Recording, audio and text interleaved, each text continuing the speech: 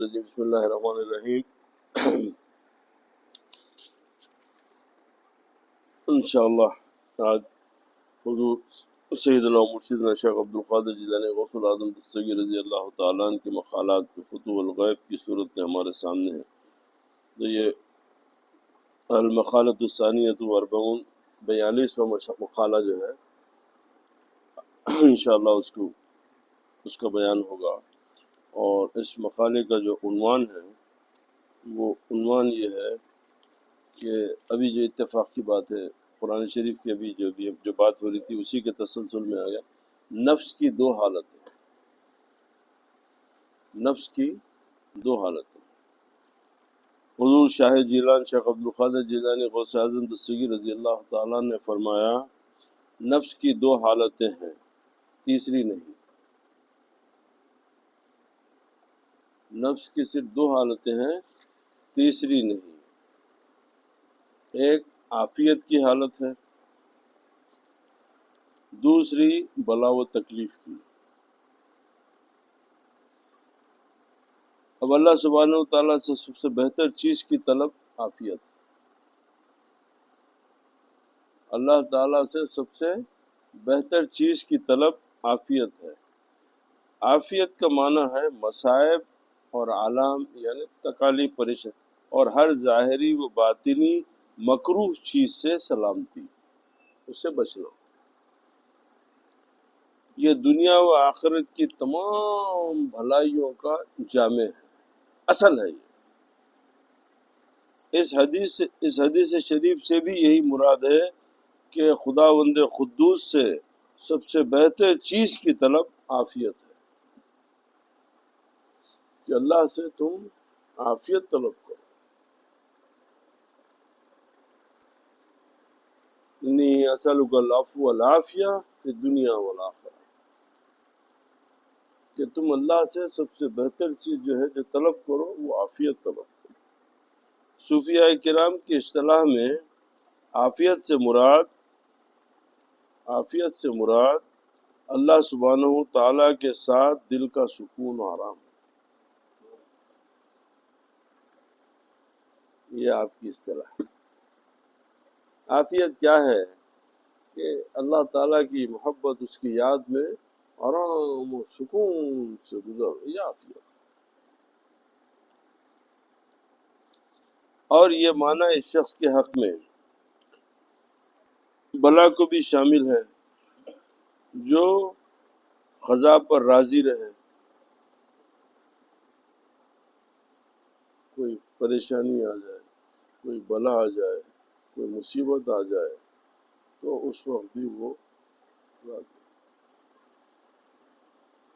جیسا میرے آقا امام حسین علیہ السلام، وقت شہادت ہے، گردن پہ تلوار ہے، زبان پہ کیا ہے؟ اللہم رضن بقضائی کا، اے اللہ میں تیری قضا پہ راضی ہوں۔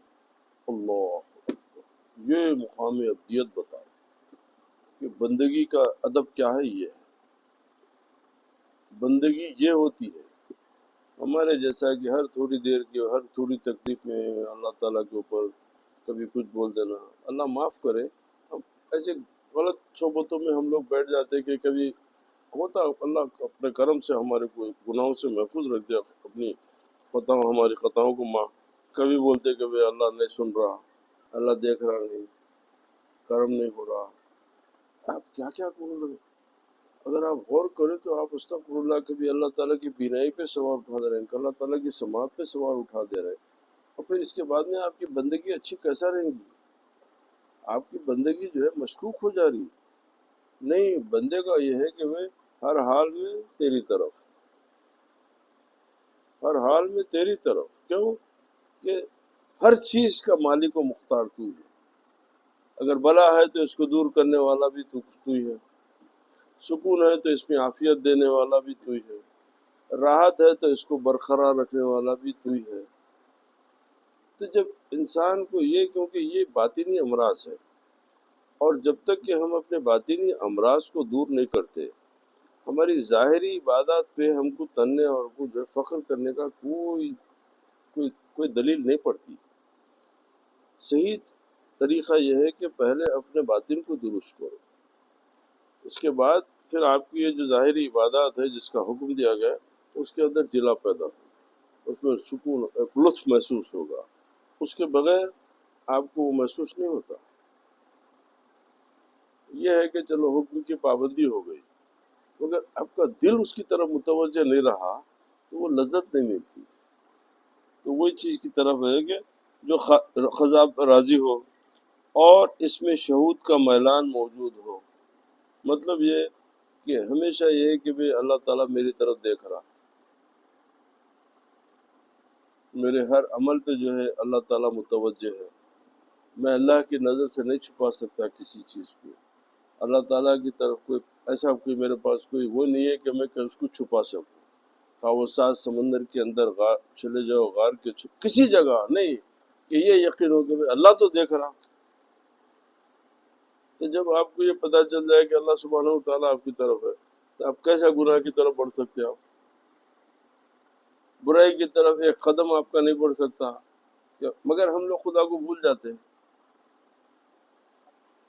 اب وہ تو اچھے مسلمان ہیں، وہ صرف مسجد میں لاتے خدا کو، اس کے علاوہ مسجد میں باہر گئے تو چل دو بھائی خدا حافظ، آپ سے ملاقات ہی ختم ہو گئی۔ نہیں، ہمیشہ ہر لمحہ خداوند تعالیٰ کو اس کو اپنے ساتھ سمجھنا کہ وہ ہمارے ہر عمل سے واقف ہے اور ہم پہ نظر ہے۔ اچھا، اب اس کے عام بول چال میں اس کو کیا بولیں گے؟ اور عافیت سے مراد امراض و عوارض سے صحت و تندرستی اور عالم و مصائب سے سلامتی اور دنیاوی ساز و سامان میں آسائش و فراخی ہے، اور یہاں یہی معنی مراد ہے۔ اور عافیت کا جو معنی بھی لیا جائے اس کے مقابل بلا ہے کہ بھئی آپ ہر وہ چیز سے جو تجھ سے دور کرتی اس سے میرے کو محفوظ رکھ۔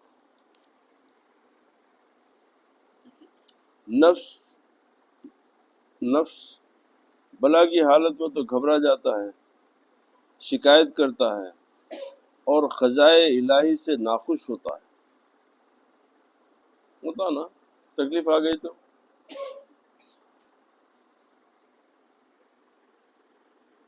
اس کا معنی عطیہ کو کم سمجھنا اور بجا نہ لانے کے بھی آتے ہیں۔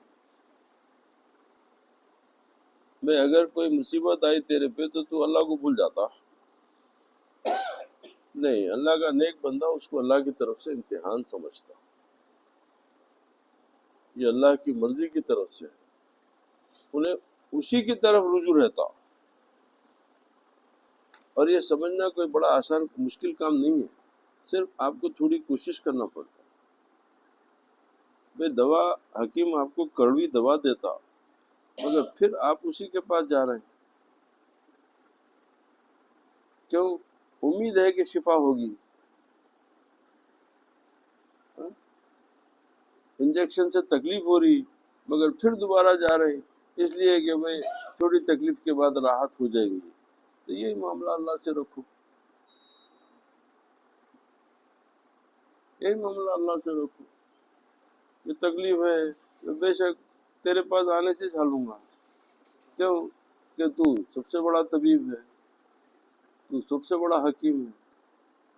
تو ہم لوگوں کو سمجھنے کی جو ہے تھوڑی تکلیف ہوتی ہے، اچھی بات کو ہم سمجھنے میں جو ہے کیونکہ ہمارا نفس خدا سے ہم کو دور کرنا چاہتا، ہمیشہ نفس کی کوشش یہ رہتی کہ بندہ خدا سے دور ہو جائے، اس میں وہ کامیاب ہو جاتا، ہم ناکام ہو جاتے۔ اللہ تعالیٰ جب اپنی سمجھ عطا کرا، پروردگار عافیت عطا کرا، تو بندہ جو ہے ہر حال میں خوشی ہے سجدہ کرو، غم ہے سجدہ کرو، پریشانی ہے سجدہ کرو، راحت ہے سجدہ کرو، تاکہ تم اللہ سبحانہ و تعالیٰ کی بارگاہ سے دور ہی نہ ہونے پائے۔ یہ اللہ تعالیٰ کی اس کی رضا اور اس کی خوشی کا سب سے بڑا سبب ہے۔ کیوں؟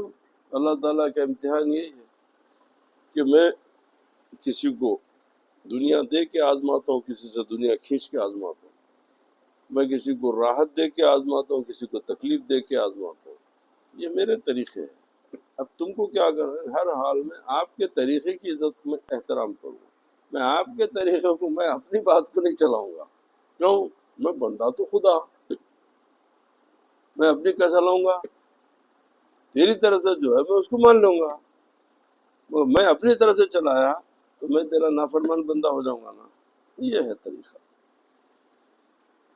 اچھا، اور خزائے الہی سے ناخوش ہوتا ہے، اعتراض کرتا ہے، اور باری تعالیٰ پر اتہام تراشی کرتا ہے، یعنی عیب نکالتا ہے. جیسے میں بولا نا، بھائی اتنے دنوں سے وظیفہ پڑھ رہا ہوں، درگاہ کو جا رہا ہوں، نماز پڑھ رہا ہوں، یہ کام نہیں ہو رہا، وہ نہیں ہو رہا، اللہ تعالیٰ استغفر اللہ میری دعا نہیں سن رہا. تو یہ تمام کیا ہے؟ یہ اللہ تعالیٰ پہ عیب نکالنا ہے. بارگاہ رب قدوس پر نامناسب باتوں کا کی بدگمانی کرنا، جیسے میں بتایا، مثلا جہل و سو، بخل و ظلم و نسیان و صفا، یہ باتیں. اس میں صبر و رضا اور ارادے الہی سے موافق نہیں ہے. ان باتوں میں نہ صبر ہے، نہ اللہ سے رضامندی ہے، نہ اللہ تعالیٰ کی جو ارادہ ہے اس سے موافقت ہو رہی. ہر چیز آپ مخالف میں کرتے جا رہے ہیں، بلکہ وہ بے ادبی کرتا ہے. مخلوقات اور اسباب کو خدا تعالیٰ کا شریک ٹھہراتا اور کفر کرتا ہے. اور جب انتہائی مسرت و خوشی کرنا اور لذات و شہوات میں کھو جانا ہے، ایک خواہش کی تکمیل کے بعد دوسری کی تمنا کرنے لگتا ہے. کیونکہ اس کا وہ سلسلہ تو ہمارا ختم ہی نہیں ہوتا نا، آرزوؤں کا، تمناؤں کا. کوئی بندہ بتائیے کہ بھئی یہ چیز حاصل ہونے کے بعد میں انہیں سکون سے بیٹھا، نہیں، اب دوسری بڑی آرزو شروع ہو جاتی ہے اس کی. کہیں ٹھکا ہوا ہی نہیں اس کو، تو بولے دوسری اس میں کھو جاتا ہے. اچھا، اپنے پاس موجود نعمتوں کو حقیر سمجھتا ہے. اپنے پاس موجود نعمتوں کو حقیر سمجھتا ہے، یعنی کھانے پینے، پہننے، رہنے اور سواری کی قسم کی نعمتیں اسے حقیر نظر آتی ہیں.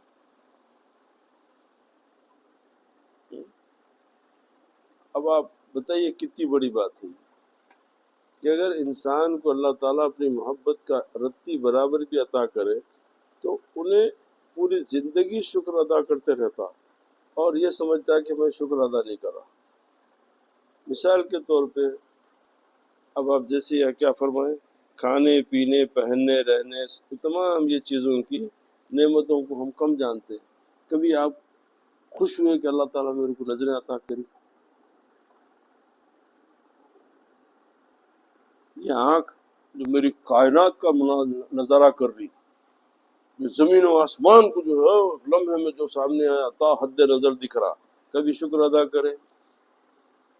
کبھی شکر ادا کرے کہ اللہ تعالیٰ میرے کو سننے کی صلاحیت دیا، بہرا ہوتا تو؟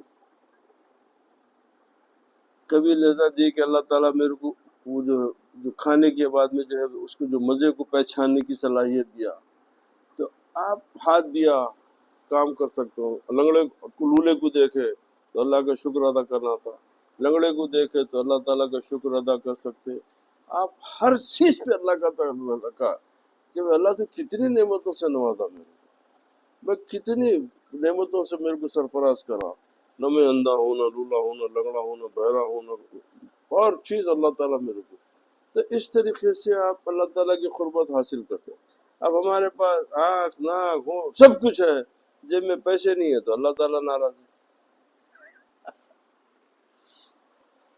کیوں؟ نہیں. تو یہ طریقے سے ہم خدا سے دور ہوتے رہتے. اب صالحین کی تعلیمات میں یہی عمل ہوتا کہ نہیں، تو جب خدا کو راضی رکھے گا تو اس کے بعد میں جب خدا تیرے سے راضی ہو جائے گا تو یہ تمام کائنات تیرے لیے حقیر ہو جائیں گی. اور یہ اس کی کوئی کہانیاں نہیں ہیں، دنیا کی واقعات میں، بزرگان دین کی سیرتوں میں یہ تمام چیزیں ہمارے سامنے موجود ہیں. آج کسی وزیر یا کسی گورنر یا کسی بڑے آدمی سے ملنے کے واسطے خالی انویٹیشن آیا تو بڑے سے بڑا آدمی جو ہے رات بھر خوشی سے سوتا نہیں کہ بھائی منسٹر صاحب کے پاس دعوت آئی، چیف منسٹر کے، بہرحال جو بھی ہے. اس کی خوشی کی انتہا نہیں رہتی، اور ظاہر میں انہوں عالم دین بھی ہے، دن بھر قرآن و حدیث پڑھا رہے تھے انہوں، اور رات میں رخا آ گیا کہ کل چیف منسٹر کے ساتھ کھانا کھانا ہے، تو ان کو وہ قرآن کی تلاوت کی خوشی نہیں رہتی، ان کو کل صبح میں جو ہے اچھا لباس پہن کے جانے کی خوشی تڑپاتی رہتی ہے۔ سبحان اللہ۔ اب یہاں پہ ادھر آ جائیے کہ حضور غوث اعظم دستگیر رضی اللہ تعالیٰ عنہ بغداد میں بیٹھے ہوئے ہیں، اس وقت تقریباً آدھی دنیا پہ سلطنت عباسیہ کی حکومت تھی، یہ ہندوستان، پاکستان، بنگلہ دیش، یہ سعودی عرب، بحرین، نہیں، تقریباً ویسی سلطنت کا خلیفہ مالک کل بغداد میں بیٹھا ہوا ہے۔ زندگی کی ایک وقت زندگی میں کبھی آپ خلیفہ کے پاس نہیں گئے، جب کبھی خلیفہ کو ضرورت ہوتی تو وہ آپ کے پاس آتا، نظر پیش کرتا اور دعا کے لیے درخواست کرتا۔ کیوں؟ کہ خدا کی دوستی سمجھ گئے تھے کہ جب میں خدا کا دوست ہوں تو تیری اہمیت کیا ہے میرے پاس، اس دوست کے ساتھ میری دوستی ہے تو تیری کو میری ضرورت ہے، میرے کو تیری کیا ضرورت ہے۔ ہندوستان میں غریب نواز سرکار آ گئے، کیا لے کے آئے؟ کیا لے کے آئے؟ بم، گولی، کیا لے کے آئے؟ اللہ، کیسی مضبوطی سے اللہ کی کا تعلق تھا ہوں گا کہ بڑے بڑے مہاراجے، راجے، رجواڑے سب ناکام ہو گئے، اکبر اعظم جیسا مطلق العنان بادشاہ جو قرآن و حدیث کے علم کے خلاف دین الہی کے پرچار کی طرف بھی جو ہے انہوں کوشش کر لیے، ویسا بادشاہ 14 مرتبہ غریب نواز کی زیارت کے لیے اجمیر گیا، ایک مرتبہ تو آگرے سے اجمیر پیدل، یہ کون سی طاقت؟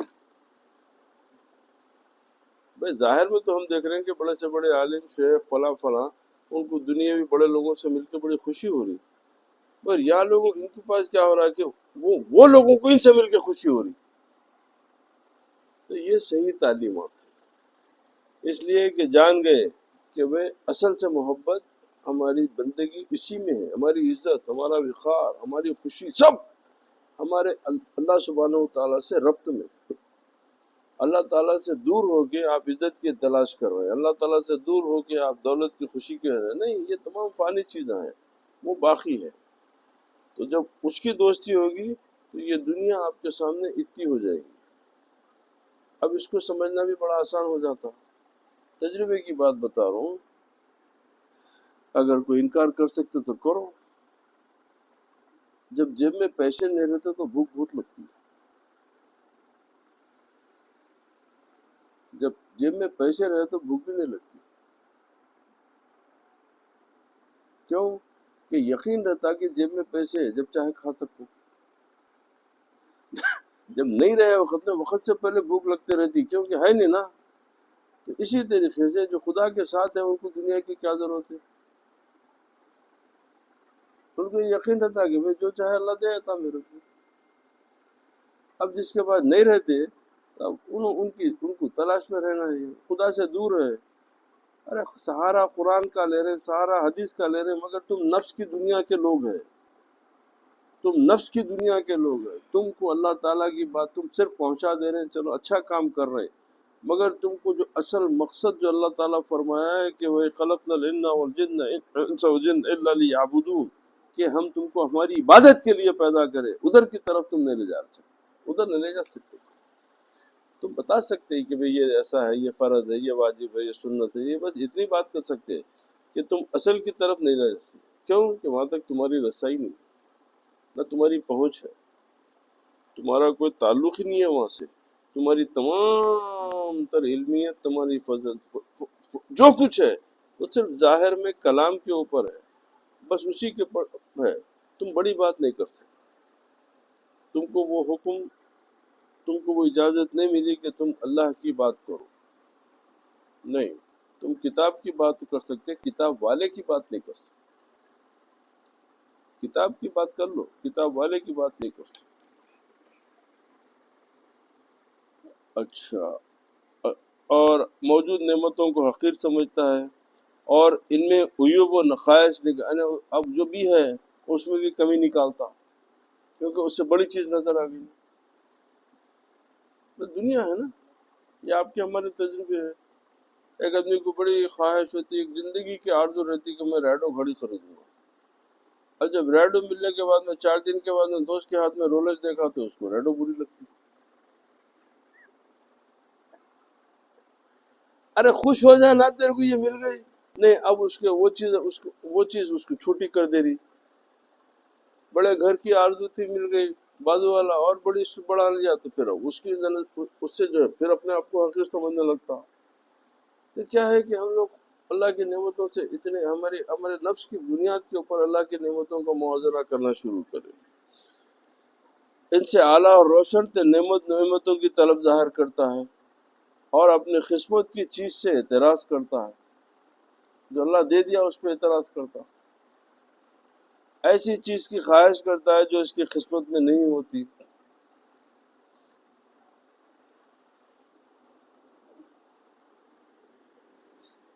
اچھی لگی بات؟ بندگی کی شرط اور نفس کی خاصیت کیا ہوتی ہے؟ تو بندگی کی شرط تو یہ ہے کہ اگر قسمت میں زیادہ ہو اور اللہ تعالیٰ کم عنایت فرمائے تو بھی راضی رہے، چہ جائے کہ قسمت کے مطابق پورا حصہ ملنے کے باوجود ناراض ہو۔ یہ بندگی کی یہ شرط آپ کی خاصیت ہے، یہ صحیح بندگی کی شرط ہے۔ یعنی مثال کے طور پہ بھئی آپ امید رکھیں کہ میرے کو یہ کام سے 1,00,000 روپے ملیں گے، اگر اس میں آپ کو 70,000 روپے ملے تو بھی شکر ادا، کیوں؟ شاید اللہ تعالیٰ اس میں سلامتی دے۔ اور یہ تجربے کی باتیں ہیں کہ ایک شخص کے پاس کم پیسے رہتے برکت زیادہ ہوتی، ایک شخص کے پاس زیادہ ہوتے مگر دیکھے دیکھے تک پتہ بھی نہیں چلتا کدھر چلے گئے پیسے، تو پتہ چلا کہ اس کا عقیدہ اچھی صحیح ہونے کا، اس کا ایمان میں پختگی ہونے کی وجہ سے اللہ تعالیٰ اس کو کم میں برکت عطا کر، اور اس کے پاس زیادہ بھی دے کے اس کو جو ہے بے ایمانی کی کیفیت اور وہ اس طرح اور پریشانی کی کیفیت میں چھوڑ دیا اس کو۔ تو یہ ہے کہ اگر باوجود اچھا قسمت کے مطابق پورا حصہ ملنے کے باوجود ناراض ہو اور زیادتی کی طمع کرے، خواہش کرے، یہ نفس کی خاصیت ہے کہ یہ نفس کی خاصیت ہے کہ وہ اپنی قسمت پر راضی نہیں رہتا اور اس سے اعلیٰ کی خواہش کرتے رہتا ہمیشہ۔ تو یہ چیزوں سے بچنا ہے۔ اسی طرح نفس انسان کو بڑی لمبی مصیبت میں ڈال دیتا، بڑی لمبی مصیبت میں ڈال دیتا، اور جو چیز اس کے پاس ہے اور اس کی قسمت میں ہے اس پر راضی نہ ہو کر سختیوں کا مرتکب ہو جاتا ہے۔ اب پریشانیوں کو جھیلنا پریشانی اٹھانا ہے، تکلیف اٹھانا ہے۔ اب کیوں؟ آپ خواہشوں کو بڑھا لیے اپنی، یعنی ارتکاب کے اصل معنی سواری کرنا اور اس کا غالب استعمال گناہ کرنے اور شدائد اختیار کرنے میں ہوتا ہے۔ یعنی اب اس کا مطلب یہ ہے کہ اچھا پھر آخرت کی مشقت میں مبتلا ہوگا۔ کیا ہوگا؟ آخرت کی مشقت میں مبتلا ہوگا، جیسا کہ کہا گیا ہے کہ سب سے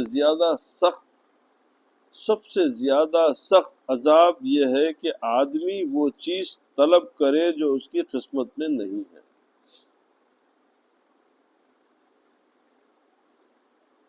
اور جب نفس یہاں سے اور جب نفس مصیبت میں مبتلا ہوتا ہے تو اس کی مصیبت سے نجات کے سوا اور کوئی خواہش نہیں کرتا۔ یعنی ایک بات کو آپ اگر غور کریں زندگی کے تو کتنے حقائق سے بھرپور باتیں ہیں یہ۔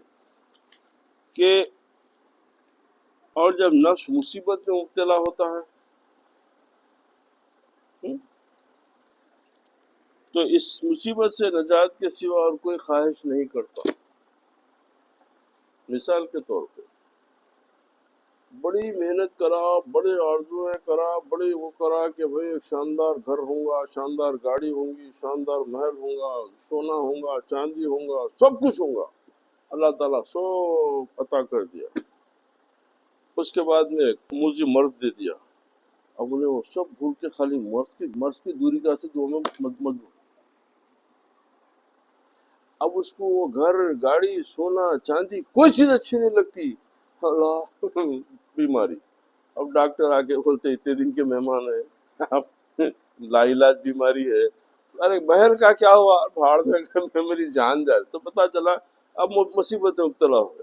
تو اب یہ مصیبت کی اب اس کو دعا کرنے کے علاوہ کوئی خواہش نہیں رکھتا ہوں.